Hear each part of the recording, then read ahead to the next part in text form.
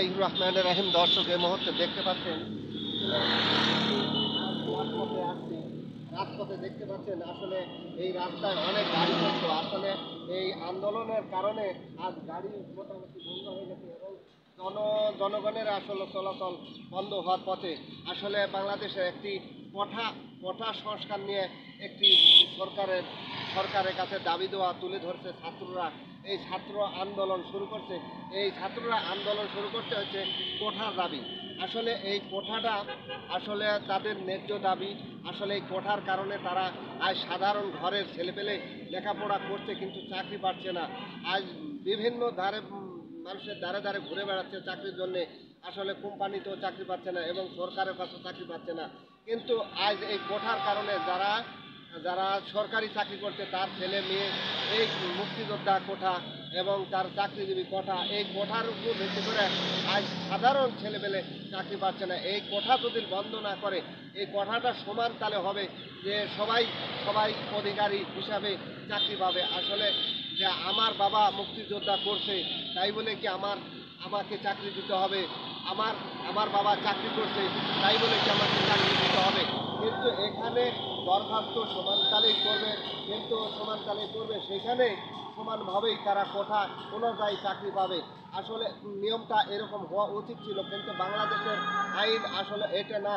যখন বাংলাদেশের কোঠাটা হচ্ছে যারা সরকারি চাকরি করছে তারাই চাকরি পাচ্ছে, আর যারা সরকারি চাকরি করে না, বাবা মা চাকরি করে না, লেখাপড়া করছে তাই সেই ছেলেরা আসলে চাকরি পাচ্ছে না। এই নিয়ে বাংলাদেশের একটি তুমুল রাজনীতি সৃষ্টি হয়ে গেছে। সেখানে বাংলাদেশ সরকার শেখ হাসিনাও বলেছে যে আসলে মুক্তিযোদ্ধার ছেলেরা কি শিক্ষিত না, আর এখানে মুক্তিযোদ্ধার ছেলেরা চাকরি পালেই তাদের সমস্যা, আর এখানে আজাকারের ছেলেমেয়ে চাকরি পাবে এই কথাটাও উল্লেখ করেছে। আমি বিশ্ববাসী আসলে বাংলাদেশের যে রাজনীতি, যে কালচার, এই সরকার পরিবর্তন না হলে এই বাংলাদেশের পুলিশের গুলি বন্ধ হবে না। এই সরকার যতদিন থাকবে পুলিশের গুলি ততদিন চলবে। এই পুলিশের গুলি আর বাংলার মানুষ আর এই সরকারকে দেখতেছে না। আসলে দেখেন, একটা জনকীর্ণ একটি রাজনৈতিক দল এই বাংলাদেশের মানুষের বুকে চাপা দিয়ে বসে আছে। আসলে আমি একটি রাজপথে দাঁড়াতে বলছি, এখানে কোনো বাড়ি নাই। আপনি দেখতে পাচ্ছেন যে আন্দোলনটা কত জোরদার চলছে।